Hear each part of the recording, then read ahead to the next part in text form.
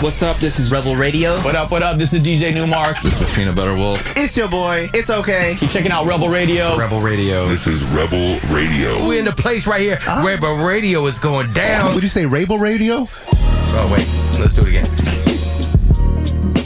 Rebel Radio. What's up, Rebels? Happy New Year, and welcome back to Rebel Radio 2019 edition. We're now in our fourth year of Rebel Radio. We started back in 2015, and we are bringing it to you once and for all. We're going to kick off this year with a great episode. My man, Jon Sidel. I've known Jon for probably about 20 years. Actually, we didn't talk about this on the show, but my son was born at Cedars-Sinai, which was right across the street from Jon's restaurant Dominic's, and I hosted a little drinks celebration the night my son was born in his restaurant. Jon's also a longtime club promoter, important figure in the LA scene. He's been an A&R guy working with artists like the Crystal Method and the White Stripes. These days he's a DJ and the host of Idyllic Sounds over at thevinyldistrict.com. And Jon's kind of a rock guy who has always understood hip-hop and dance music, and you know, you'll hear him talk about, to him it's all rock and roll. He's got some great stories from the club scene, thoughts on how the business is changing and the craziness that continues to be the music business, and some insights into how he keeps his rebel spirit over the years. Great interview coming up right after our EDM.com track of the week.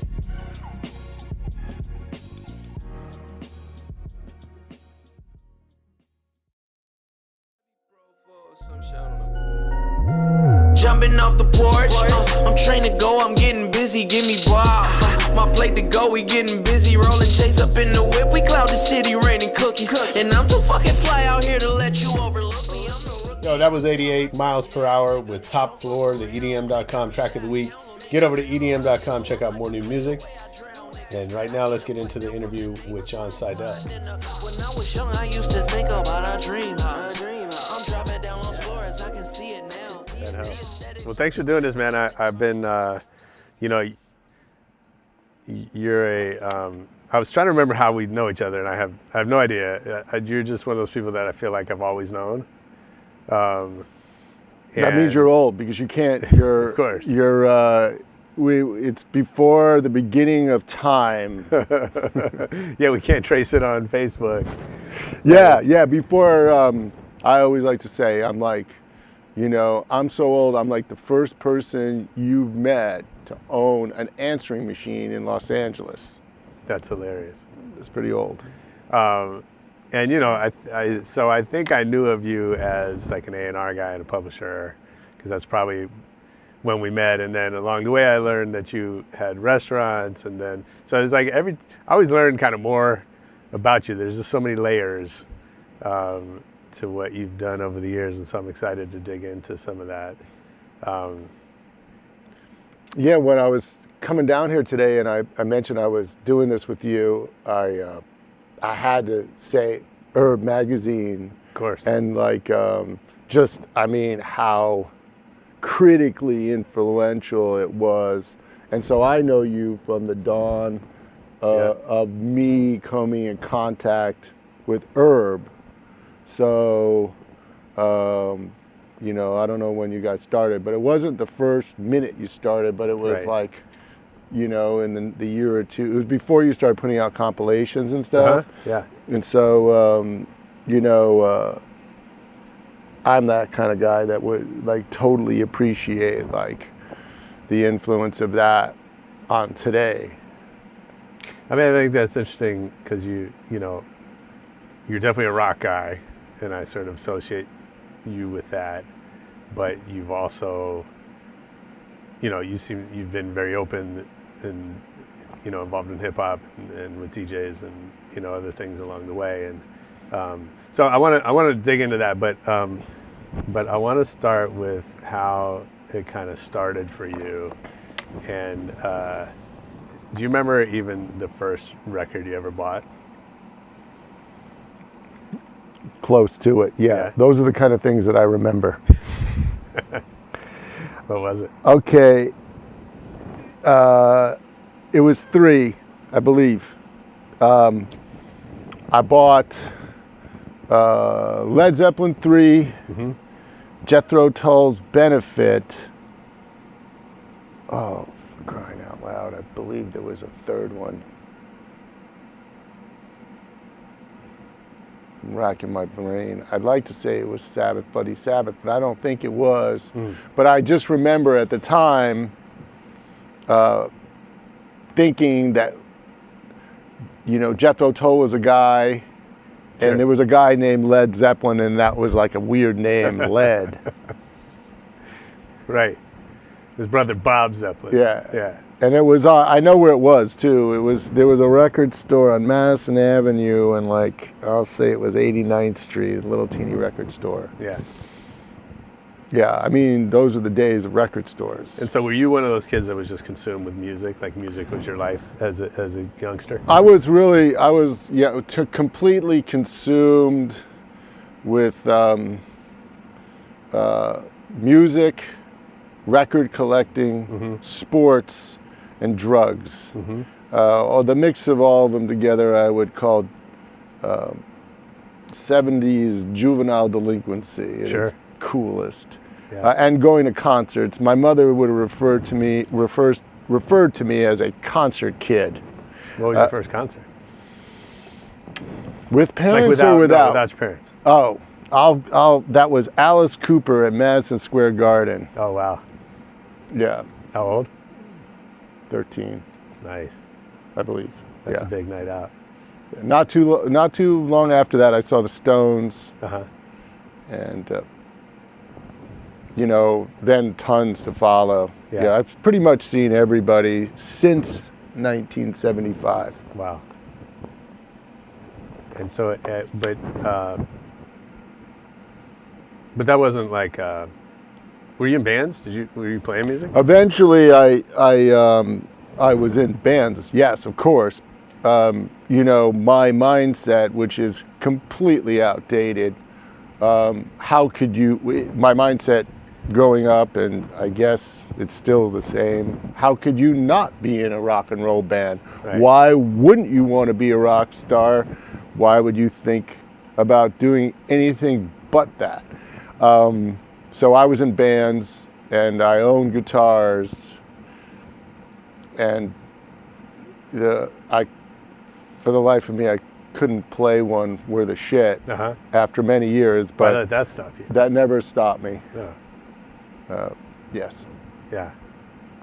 And then at what point did this? Did you start thinking of it as a career?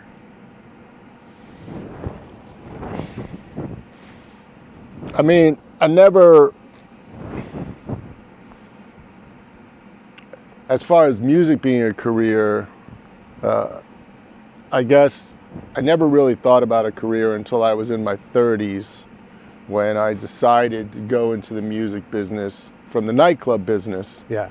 Although the nightclub business was the same business I was in, I am now, and the same business as the music business, you know, is really just being in the rock and roll business. That's what I'm wondering. Like, did you decide to go into the nightclub business, or did it sort of just happen?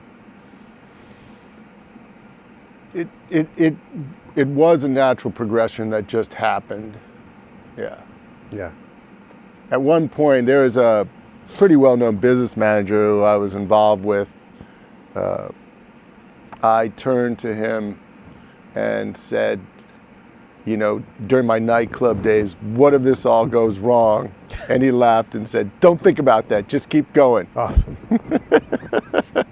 So I was always, you know, my heroes and my influences were like, you know, I always wanted to be a combination of Jim Morrison and Dennis Hopper and Easy Rider. And when you drove up on Dennis Hopper, if you were the man, he looked at you from his motorcycle and he gave you the finger and told you to fuck off. And that was just my goal, is to be able to tell the man to go fuck off and do my own thing. And that's, you know, that's probably not the best advice I would give someone now, but that's just the way I consumed culture and the way I thought when I was a kid, and I mean, dedicated. I don't think That's not that different from what's happening today. I don't think these kids would articulate it the same way, but there's this whole thing about people trying to drop out of the workforce in their 30s, right? And there's all this. If you read the job stats and there's a gap of young men who are sort of trying to opt out, and so they might not say it the same way, or they're doing it through trying to be in a startup that cashes them out, that they don't have to work or whatever, right? But that's not that different. No, I'm not. I'm not one to say. I could say those are the good old days, but I thought the good old days, I missed them. Like the good old days were like the 50s and 60s or something. I missed them, but oh, wow. So I always think, and I've always thought that there's a group of people that are young that are doing this, like what I did back when I was young, and I just think it's like handed generation to generation. And I agree, whatever that is something that I shouldn't fully be able to compute and understand the logic. So sure. I'm glad to know that information. I do think that there is a weirdness going on with males, young males, like millennial males, where I scratch my head, go like, fuck. Like millennial women, I could see doing, they have more of a reason, like, for me to go like, okay, I get this. Yeah. Not a reason, but like. No, I know what you mean. Yeah, I see that. Like musically, I'm not sure where millennial males are at, except for I know they don't like rock and roll and they like hip hop, but I don't know. Yeah, I don't. There's different arguments on that, right? And I, I've heard people say, first of all, I think certain types of music are easier to make than rock because you don't have to concern yourself with learning instruments. Although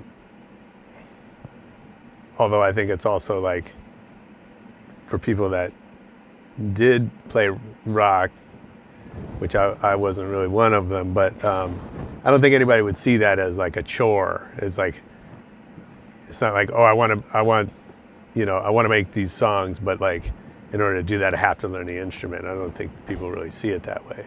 But I think it's just easier, right? And with technology to make EDM or hip hop, you don't need a band. You don't need all this stuff, right? And then, I've also heard the argument that hip hop especially is kind of synonymous with the American dream, especially of the financial side of that. I know in my experience trying to bring brands together with artists, rock musicians are the only ones left who care at all about credibility or selling out or any of that. Like, we used to have that with rappers, probably more so, 10 years ago, 15, but that's all gone. Like everyone just wants money. Whereas I think the rock bands that I know still kind of care about what they're putting out there. Some of them. Yeah. Yeah. I'm generalizing, obviously. Yeah, no, I mean, obviously, it's interesting. Yeah, but I also think it's cyclical, and it's, the world's going to keep changing. That's just the nature of things. But so wait, okay, so how do you get, like in your mind, how do you get from the Dennis Hopper mentality to opening a nightclub? What was the first club? The first club that I opened? Or that was like your first. Well, the first club that first thing. Definitely, if you're, we're talking, right? We're on record here. I mean, it's easiest just to say the first club that I was involved in is Power Tools. Yeah. It was a nightclub in the 80s. Yeah. And I originally started working there, and I ended up co-owning it with, one of the owners. One of the owners took off. I had been in college. In fact, I took over co-ownership of the club the day, the late morning of graduation at UCLA. I was actually still in my gown. I had gotten home from graduation, and I got the phone call, and all I wanted to do was party, and my ex-partner was like, no, forget all that shit. I need to know now, are you in or are you out? And I was like, okay. I thought I was going to bounce to Europe, like that's what, when you graduated, you asked your parents for a trip to Europe and a rail pass. I don't know what they do now, but anyways, that was my plan. So I figured I'd delay that plan and work the summer in LA doing this nightclub, and then that lasted 2 years, and then I don't know, I did 12 more clubs and restaurants and bars after that before I got into the music business. So it lasted a whole decade. So was there a moment when you realized that was like, where you felt like that was a success, or like you had accomplished something in that business? There was a lot of moments. One of them was a moment for some reason, and I can't exactly tell you when it was. It was sometime in 1986. It was just a moment that I walked outside the club that I ran, and it felt like every single person in Los Angeles was coming that night. Every direction I looked at, there were people just coming. The door was just insanity. The club itself held, a few thousand people, and who was playing? What was that? Who was playing? No one. We never had. Well, it's true. Once in a while, we had people play the club, but it was a dance club. It was the first dance club with the first super, star DJ. That's really where its origins come from. And why I got involved with like electronic dance music was because my first partner was like the star DJ, not only in LA, but one would argue he was probably one of those well-known DJs in the world. I guess it was a smaller world back then, so it wasn't a big deal. Matt Dike. Yeah. And he later ended up producing Paul's Boutique by the Beastie Boys and Tone Loc and Tone Loc's Wild Thing and whatever. But he was, he was written about, his DJ style was written about and copied and emulated. And I mean, it's funny you say that, because we know of Matt through hip hop and his, the Beasties and his connection to Delicious Vinyl. Right. But almost everybody I know of that generation, like, so you talk about him as playing dance music, right? And that doesn't really happen today. I mean, there's this kind of open format thing, which is a specific type of DJ, but all the DJs I know from back then played everything, right? Or they didn't stick to genre as kind of a rule. Yeah, I mean, I think that it's fair to say, coming from New York City and doing this nightclub in Los Angeles, there was like an LA sound that Matt Dike pioneered. Mm-hmm. If you had been to a club, let's say like if you went to like Paradise Garage in the 80s, and you compared that to going to Danceteria, there were different styles of music. Matt Dike truly was someone that was experimental in the sense that he actually played everything. Like I was saying about answering machines, before answering machines, there was no hip hop. Right. So there was no rap. There was no such thing as a rapper. I'm one of the first people in rap music because I used to hang out at the Rhythm Lounge and do graffiti paintings there. So you wouldn't go to a club in New York and hear rap music at a dance club. Only in LA, and only if Matt Dike was playing at one point in time. We're talking like 1983, 84. Mm-hmm. You could go to, like I did, you could go see Grandmaster Flash. Mm-hmm. It was just when they were starting. So you were more likely to hear it at Danceteria than you would at there was no mainstream about it. Sure. Which is bizarre. Yeah, I mean, that's such a foreign concept to think of now, right? Yeah. I mean, it's to me, it's all rock and roll. So it's just part of rock and roll, and that's one of the. It's funny because people have referred to me specifically, especially in the music business, as the rock guy. Mm-hmm. But when rap came out, it was always more rock than rock and roll was at the time. First time I heard, NWA, always, more punk rock than any punk rock that was out. Sure. First time I heard herb-style DJs and raves in California, way more punk rock than any of the rock that was out. But that was my take on it, and that was the reason why I was involved in it, and the reason why I've been involved in those genres. As soon as they become mainstream, I appreciate, the stuff that I like. Like I like mumble rap now way more than the rap that came before it. Is that right? Oh, fuck yeah. I mean, rap was just in crisis as far as I could say, but now, I actually listen to Sirius Sirius hip hop, 44. That's how old I am. I call it by the dial. And I enjoy it. Like, I heard the new Brockhampton song this morning. Okay. And, I like them. They're not terribly original, but I think they're cool, Yeah. I find like it's hard for me to let go of certain attachments about what things are supposed to sound like or what they're supposed to mean or whatever. And, I've had to, I don't think I've really gotten better about that. I've just accepted the fact that it's not for me. That like, just because I'm not the intended audience, that doesn't mean it's bad, right? It's just not for me.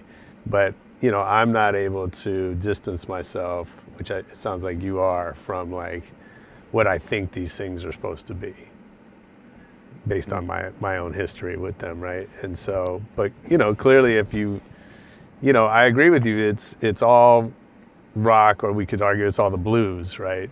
If we want to really get, historical about it. And when I'm saying rock, I mean culturally. I'm not really saying like, No, I know what you mean. When I think of the blues, I don't think of like, my life has been a blues journey, because the blues journey is just like, to me is like a hobo riding on a train in the 1930s. But rock and roll journey is sort of like a musical journey. It's like, it's guided by songs and people who are characters. And, so. That's why I came here today, is talk to you about that. Still pretty passionate about it. For sure. Especially with some coffee. I did a bunch of clubs. I never thought about it as like a business. Like it was always just something I did at night. And, whether it's maybe make some extra money, meet some girls, have fun, whatever, like all of that. But what I remember about it was the roller coaster of emotions that you would go through pretty much every night, of like wondering, are people going to show up, looking at your empty room, maybe convinced that no one's going to show up, and then often like, a packed house and a line down the block, and like all of this stuff like in one night. And, I thought I actually enjoyed that, and I imagine in the restaurant business it's even worse. Worse is not like, it's maybe even more pronounced. But does that ever go away? Yes, it does. I mean, what for me it did, because, at first I was doing this club. First I actually worked at clubs, like I was the doorman, or I painted the bathroom or whatever the hell I did. And then I was doing the club, and actually Matt Dike, my partner, every week he would be procrastinating about, in his words, dying a horrid death. And it was ridiculous. By the time the club did die, we were ready for it. It was weird. But what happened to me was I went from doing these 1 night a week clubs, and I moved to New York City and did a 7 night a week club. And once you start getting into the grueling that's a nature of doing 7 night a week places, and then I graduated to doing 5 7 night a week places. So I would literally just be going from one place to another often. I'd just touch 5 different places, you know, and I couldn't be there always in prime time. So, you know, obviously you do a bar in Silver Lake on Monday nights, it's not packed. But you sort of remember the nights that they are packed. And also I learned in New York City, the most fun I ever had personally was on Sunday nights, you know, when everybody else went home. So me, I was like the guy who was out at 3:30 in the morning on Sunday nights growing up when there was no one around except for, you know, what people would refer to as the freaks. So I kind of outgrew it because it just became sort of part of doing that business when you have so many days, you know, so many nights. Well, yeah, I'm sure that's true of any business, right? Once you scale to a certain point, you can't be in every detail, right? Which is probably good in some ways, if you're able to kind of look at the big picture instead of worrying about, you know, how many people are in line on this block right now. I still get a kick, you know, when things get crazy, you know. Yeah. You know, sure. Sure. If it's for a band or an event or a club, although I'm not really, you know, I just kind of graduated out of being a nightlife person, you know. Yeah. I just don't do it anymore. It's kind of weird to say that, but it's just true. I mean, I go out, but not that much. Yeah. Compared to like 7 days a week. Yeah. So I want to talk about music, but last time I saw you, great. Last time I saw you, you told me you were the first person to bring ecstasy to Los Angeles. Well, I wasn't the person who brought it, but I was the person that distributed it. I mean, not distributed. So it was still legal, right, at this point? It was legal, yeah. It was legal. Not to get anyone in trouble. I was, you know, it's true. I was, I shouldn't go on record saying that, but it is true. You know. How's that happen? Well,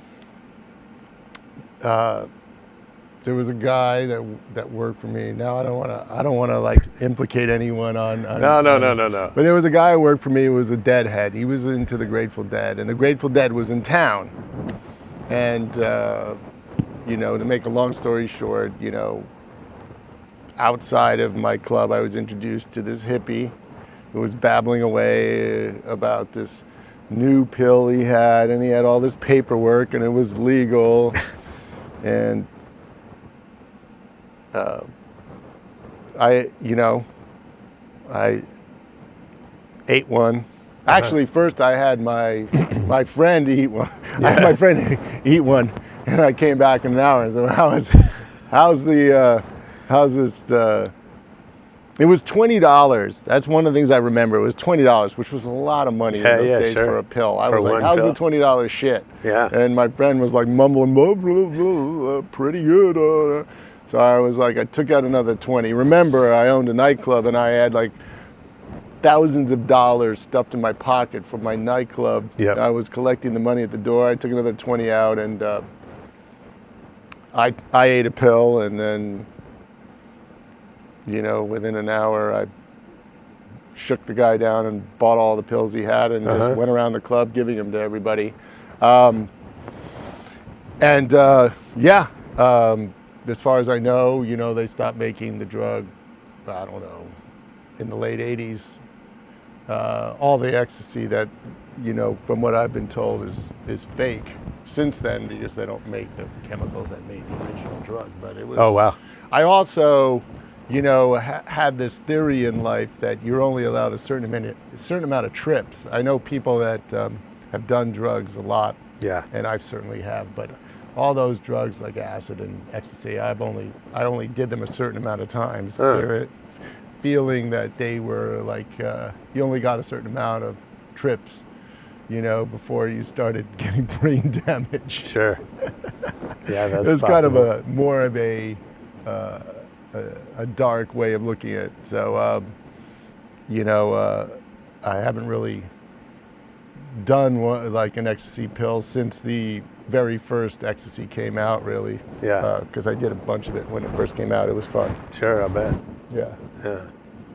That's funny. I mean, so Peter Katz has told me a story about being a club promoter in Chicago and seeing when ecstasy came in and just the impact that had on the scene. Yeah, I think that it didn't really, I mean, my perception of it is it didn't really impact, that much on the scene until much later, probably a year or two later. It was very underground, at the time that I was doing it, but definitely by the time electric dance music, EDM, now we call it EDM, I like that term, but electronica, the herb days, I definitely feel like, drugs affected that. There was that club in Orlando that was really druggy. Yeah. I can't remember the name. Everything in Orlando, I think is Yeah. Maybe it super was like druggy. a car dealership, Firestone or something like that. That was like a real druggy thing, and I think Funny. that, it affected the rave scene. I think that raves were judged by the drugs at the scene. Although I was straight, I gave up drugs and alcohol before even all that started. So I never did any of that. By the time that started, to me it was all bathroom garbage people were taking. Yeah. It wasn't the good stuff. No, I'm sure. I don't know that we're that discerning in that environment. Again, that's my jaded personality and the way I think, but it has nothing to do with No, I reality. get it. But I would. You're the guy from Herb Magazine. You could confirm that about the electronica dance. Yeah, I mean, I don't know. I don't know that dance music would be what it is today without ecstasy, right? Because that was, I think, a big part of people going to raves. Was to have this experience, right? And some people would argue, especially at that time, that the music was really secondary, that it was a soundtrack to what you were going through, right? And so I think it had a massive impact on just the entire evolution of that culture. Completely, yeah. I agree. On the culture, yeah. It's funny. I haven't really thought too much about it recently. As far as like those events, and I used to go to quite a bit of those. Yeah. Like Me too. Not so much Pascal's anymore. raves. Yeah. Just to go check them out, or I was trying to sign that band Underworld, and I went to this rave in England, and I just couldn't believe people were out there. It was so cold and wet. Totally. Luckily, I was with the manager. It was just like one of these TV shows, like Survivor or something like that. It was just horrible. And everyone was just completely out of their minds. And there I was with this manager who's a Buddhist. We were like sipping tea and totally straight edge, like guys like backstage sipping tea while these people are going crazy. So it was happening, over there as well, I think. So you talked about getting into the music business in your 30s.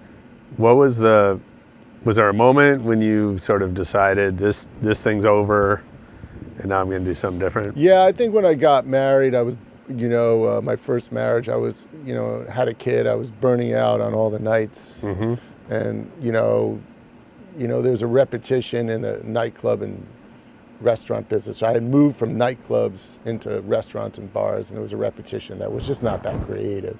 Yeah. I'd built a bunch of places with my ex-partner in those restaurants and bars. And you know, I was always a rock and roller. I had been in bands and sort of, you know, wanted to do music business, but I felt like my logic was, how could you work in the music business if you weren't in a band first? Because, like, you know, like everyone who was in the music business, I would just look at him and be like, doesn't that guy just want to be in the band? So I decided to start a band. This is in my 20s. Yeah. And I was in a, you know, a band and played in bands while I was doing nightclubs. And I kind of got that out of my system, and then, you know, was ready to sell all my music, my restaurants and bars. Mm-hmm. And then I started my own record label. It was short-lived because I was offered a couple of jobs in the music business as an A&R. I took one of them working with a division of Geffen called Outpost. And that's where I've been in that world for like 25 years now. Yeah. Yeah. What'd you take with you? What were the lessons that you brought with you from your previous business? Just what was cool, you know, like, you know, just going with my instincts on what was cool. But it's taken a long time to really understand a combination of like instincts, like my own taste, and then I'm almost like, you know, I view it sort of in a funny way, like I'm a rock and roll rabbi, but I'm almost like a historian. Like, so I do believe that there's patterns, and I've definitely learned from things that I've done and a lot of things that I haven't done in the music business. So I just, you know, try to navigate. Right now is a very difficult time. In music? Just to navigate the music business, you know, for me personally. So I'm just, you know, I'm not projecting it on everyone. Sure. There's other people that are having a beautiful time, but the music is different. I'm older, and you know, the biggest thing is that now we're in a total streaming economy, and that's really affected things. Yeah. Do you still believe that people should be in a band before they get into the music business? Or not necessarily a band, but like performing, making music? You know, it doesn't really matter what I believe, I don't think, anymore. Well, if you went to speak at, you know, Clive Davis School of Music and talk to a bunch of students studying the music business, would you tell them, you guys should all go out and join bands?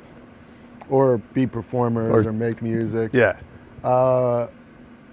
You know, I wouldn't, because most of the companies are saturated by, you know, uncreative, you know, interns that have worked their way up into the company, and that's the reason why the companies are not really very creative, and they're not really exciting places to be. It's just my opinion, but like, you know, I would tell someone who was young, yeah, you know, graduate college and get a job as an interview and kiss ass. You probably do better than be talented and make some cool art. But, you know, that. I mean, they get you the job, but is that like? We don't know, because it's a new era of, but from what I can tell, you know, it's obviously a combination, and things now, you know, it's like someone took a can of, you know, and shook it up and then turned it upside down, and now they lifted it up, and it's like a whole new business. So who knows? I mean, definitely, you know, there's how should I put this? There's a lot of influence by Spotify and Apple, and people are fanatical about numbers. You know, like 2 years ago, we were like, when it comes to music business, we were in like sort of a post-streaming depression. Now we're in like, you know, Spotify mania, where it's all about someone's numbers. And then like everyone in the music business is chasing these numbers and trying to figure out how to, you know, it's all about numbers on everything, like social networks, Instagram numbers. Yeah. following. Everyone was like, it's all about following. For sure. I mean, I think that's true, not just in music. Definitely not just in music. You know, we see that in every brand that we work with, right, on the corporate side, right, is like this preoccupation with things that can be measured or that you can find on a spreadsheet. Often it kind of missing the big picture, right? And I definitely happen to believe that the hyper focus on Spotify is a really dangerous thing for the music business and for everyone involved. Well, yeah, I mean, I mean, it's offset by the fact that the algorithms they have to follow your own listening patterns, produce playlists that are enjoyable and they're cool. Sort of. I mean, yes, I understand what you're saying, sort of. But the music that they're pushing out and the power they have to do it is not favorable to real artists. It's, and it also, at least it feels like, and I'm not that familiar with Apple because, to be honest, I don't have the patience to do both, so I'm more of a Spotify. It feels like Spotify in America is sort of like America. Look at the other night's election. It's just like, it reflects like, half the people are a bunch of redneck assholes and the other half of people are, urban people that are cool, and they all have different tastes and values, and so it's sort of like, there's no culture being led by creative tastemakers like I feel like they happened organically in the past. I hope it resolves itself, but I don't know. It's funny. I mean, so I grew up a clubber. I started going to clubs when I was 14 and never, well, I guess now I stopped, but took, that lasted me You too, right? Yeah, for sure. But, that lasted me a big chunk of my life. And it wasn't until later, so I went, I moved here for UCLA, which was my first exposure to people from the Midwest. And like, basically people who'd never been to a club, and especially at that time, clubbing was this underground thing, right? And when I moved to LA, there were no clubs in Hollywood, or at least not for the kind of music that I was looking for, which meant we were driving, out to East LA, or we were driving to the Compton Swap Meet, or we were driving to like all these crazy places, which now seems insane that you would drive that distance, right? But that's the way it was, and that's how all my friends behaved. And so, over the years, I started to come into contact, and so I started to believe that distinction between people who go to clubs and people who don't tells you a lot about who somebody is. And what's my point of this? Oh, so like there was, nightclubs, I know I'm not telling you anything, but you had to know about it and know how to get there. You had to know how to get in, which in some cases meant dressing a certain way. Some cases it meant knowing somebody or just being the right kind of person for that club, right? Because there was a guy, in a velvet robe whose job it was to keep certain people out. Not at every club, but right, that was part of the thing. And so what's happening in music, as in many other areas of life, is this idea of democratization, which is, essentially created by a lot of people who never went to a club and could never get into a club because they weren't cool, and they wanted to make elements of that accessible to everybody. But it misses that kind of fundamental understanding of what it was like inside to have that experience and that connection with everybody else, right? And so, kind of rambling, but I think that. Oh, you're talking to somebody that totally understands. So there was a question in there somewhere, but I don't really know what it is. I'm not the one that invented the velvet rope. Of course. But I'm definitely the one that brought it to California. I'm the one that stood by it, and I was the one holding the velvet rope or manning the door at the coolest nightclub in LA And if you didn't know me or I didn't think you were cool, you were not getting by me. It just was, that's the way LA was in 1985. So I totally relate to that. We crossed a bridge. I remember reading an article in the New York Times about a pop artist. I'm trying to remember who it was, but it was sort of like, I think it might have been Robert Hilburn or someone who was a really good writer. So it was almost like the death of the cool, where it was like all this cool designer stuff. They put this cool designer stuff on this pop artist, and now all stuff that was cool was uncool. At some point, clubs became like Disneyland. It's not cool. It's just something that the masses do, and maybe the same with music. Sure. But I feel like music is more magical than like nightclubs. Like, I like that word, magic.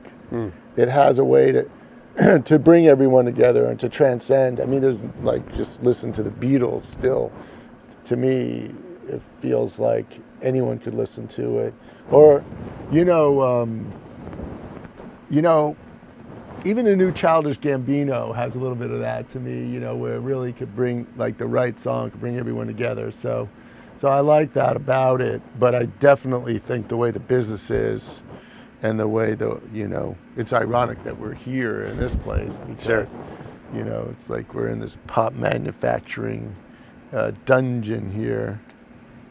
They're gracious enough to give us some time to trash their business model. No, I'm not trashing the business model. It's like I'll try I know to take advantage of it if I can. Of course. Just try to create solutions for artists that like a Childish Gambino, or I really like his producer, as well. Those two make cool stuff. So it's for everybody. What, do you remember the first time, so you're in the music business, you're signing stuff. Do you remember the first time you heard something you signed out in public? Jesus, let's think. I don't know. The first time. Well, I signed, that electronica band, the Crystal Method. I remember seeing them very early on at a rave, but it was actually, I had gone up to Seattle to see them at a rave, and like in those days a rave was like maybe 150 kids in Seattle, but I remember seeing them, and they did Keep Hope Alive. I don't know, you probably remember the song, but sure. I don't know, but one of the reasons why I went up there was because they were on the specialty show on the big radio station there, The End. I believe it's still in existence. What freaks me out is that although it's not the first time I heard it in public, having signed the White Stripes, hearing Seven Nation Army on so many occasions at sports events, a lot of times I'll take out the camera and, I remember being at a Galaxy game, but during the World Series, you hear it all the time. Sure. And, that feeling, it was actually the feeling I had, being involved in signing the band before we heard Seven Nation Army, and then being one of the first people to hear the song and go like, wow, I knew this was going to be something special, and it really sounds like this is something special. Like, like I use that word magical, and like the way that song comes out of the speakers, it's not even a very hi-fi song. It just kind of just flies out of there. A producer once told me that Mick Jagger, when he sings, you could turn him all the way down and turn everyone in the band up, and you could still hear him in the mix. So I don't, like those kind of things I don't need to know. And those are the best things about being involved in music. When it sort of transcends, all, what I say, like all, anything that makes sense. Like when you can't figure out why this is so cool. Those are the moments I look for. Sure. So think about that for a minute. So like a song like that, which is magical, commercially important, culturally important. It was 2 years ago, his first song my kid learned to play on guitar, right? And so, to have that kind of lasting impact. So being part of that, like how does that affect you going on? Like, how do you use that at times throughout the rest of your career? You know what? I think if I hadn't been a part of it, and I was a bullshit artist, and been telling everyone about like how I was involved in it, I'd probably be able to benefit from it. But to be honest with you, all of those things that I've been involved with, when I look back at them and where I see them happening, if anything, it just kind of puts me in a state of like awe. Like I just don't even know how to comprehend it. Like I've seen, photographs of flyers that I made for nightclubs, and I look at it and it almost makes me go like, whoa,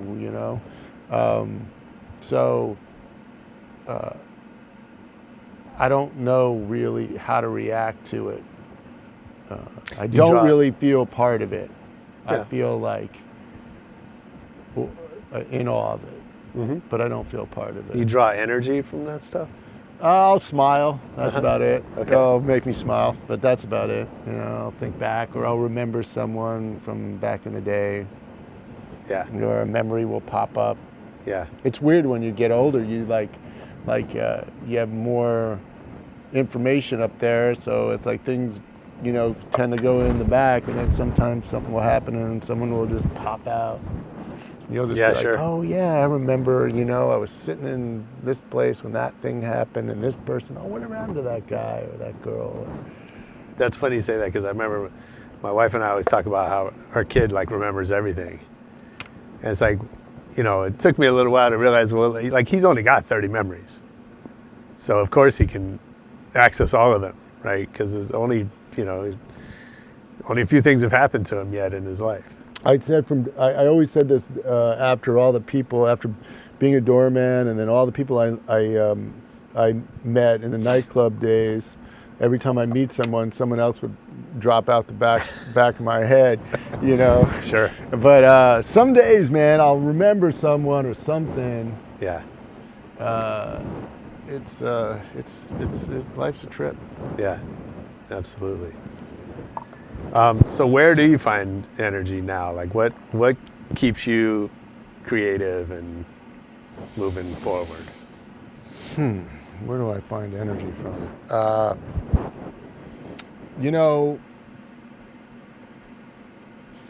Man. When it comes to work, I definitely, music, still, will save my life and make my day at any given point of the day. A lot of my growth now, is really like sort of internal. Like, I hate to use the word spiritual, but like, in some ways, a lot of it has to do with that. I mean, it's like, it sounds cheesy when I say it out loud, but that's sort of like, where my goals are, is just to sort of like, be open to the universe. In fact, I heard the other day that an alien spaceship had entered our galaxy. Oh yeah, or something. yeah, the comet. I heard it might not be true, but I think it's actually an asteroid. But fun to think about. That was like, wow, that was like really intriguing to me. But yeah, I mean, I just also, I get inspired, to see how the kids are doing, although, sometimes that's a roller coaster ride. Sure. I got 2 kids, so. Yeah, of course. So. So you got the radio show. Yeah, I do a weekly radio show on the vinyldistrict.com. Mm-hmm.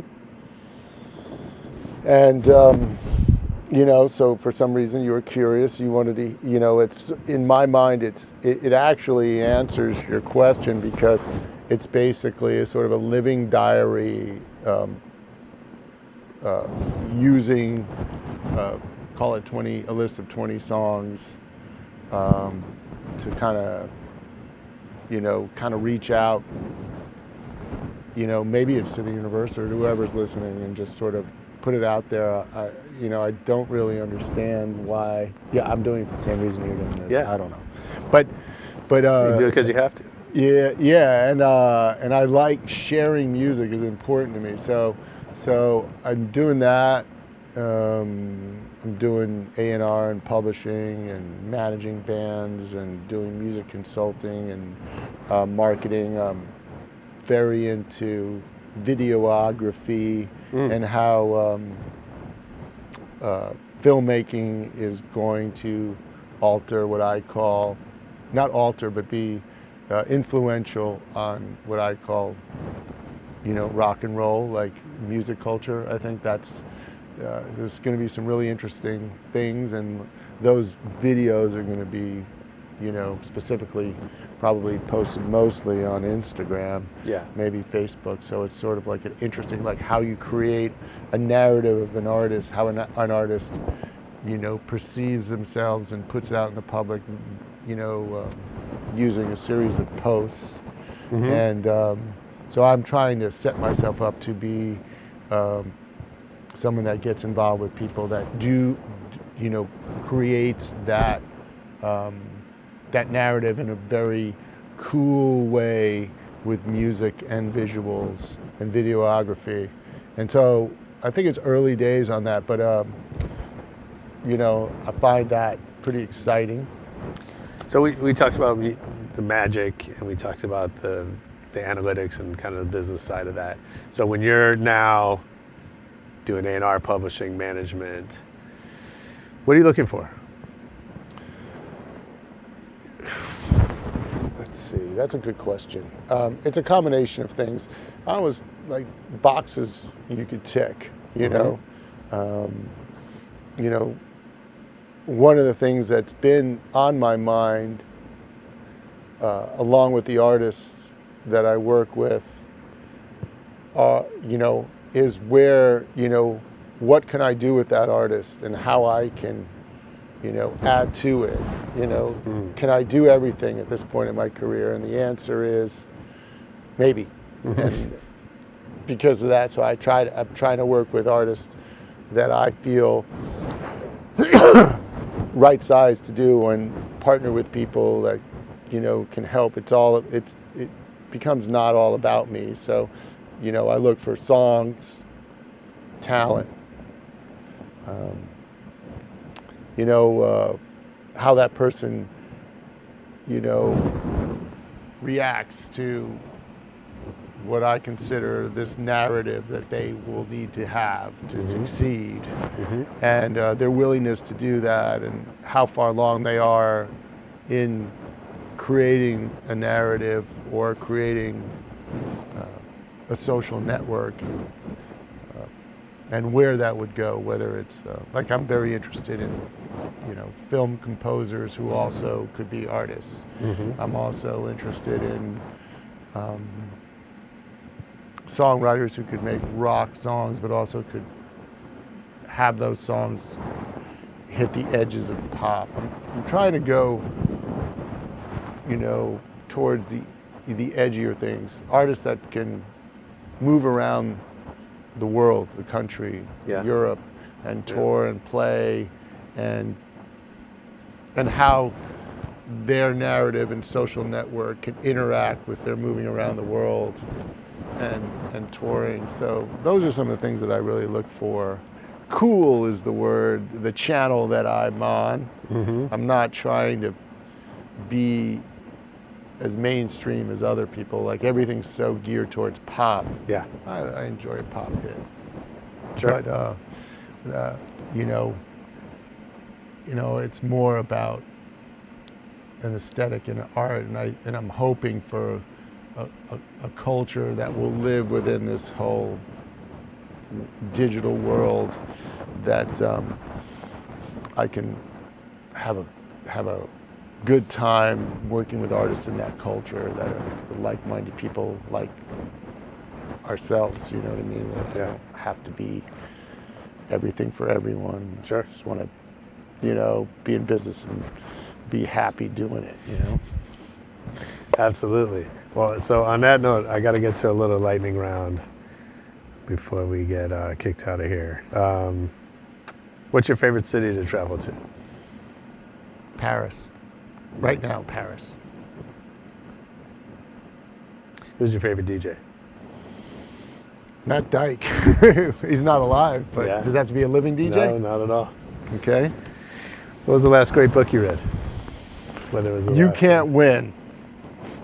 Oh, wow. by I don't know Jack that. Black. Oh, yeah? Yeah, that'll be. Cool. What movie have you seen the most in your life? Oh, gee.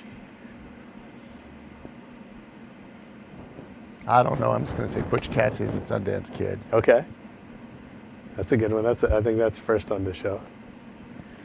Tell me one decision that changed your life forever.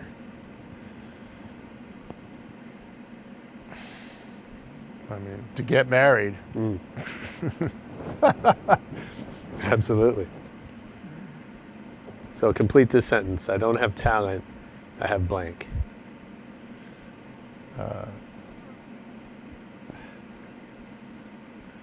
I don't have talent, but I'm cool. If I worked for you, what's something I would hear you say over and over?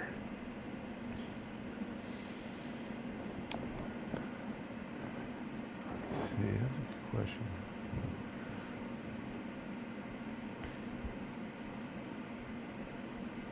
Go with your instincts. Who would you be most excited to learn appreciates your work?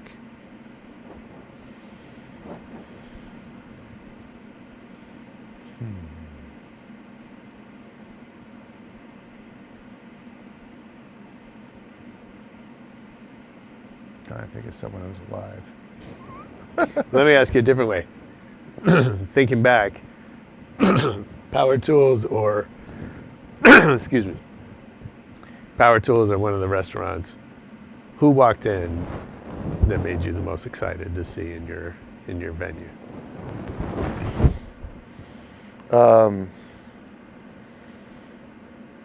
Joseph Lee Boyers, conceptual artist. Okay. Nice. He actually gave me a piece of art, which I did not understand for a long time. That's cool. Yeah. You didn't understand the art or why he gave it to you? No, I just didn't understand what it was. But it was a little piece of paper that big, and on it said, in very small writing, it said perfect, but you could only read it if you had 20/20 vision. That's cool. Yeah. That is conceptual. I mean, he's a famous guy. Yeah. Well, he's no longer alive, I'm sure. I don't know. That's awesome. John, thanks for doing this, man. All right, cool. So much fun talking to you. I appreciate it. Oh yeah, no, I enjoyed it. I like doing these, and I'm totally impressed with your questions. Thanks. From the hip.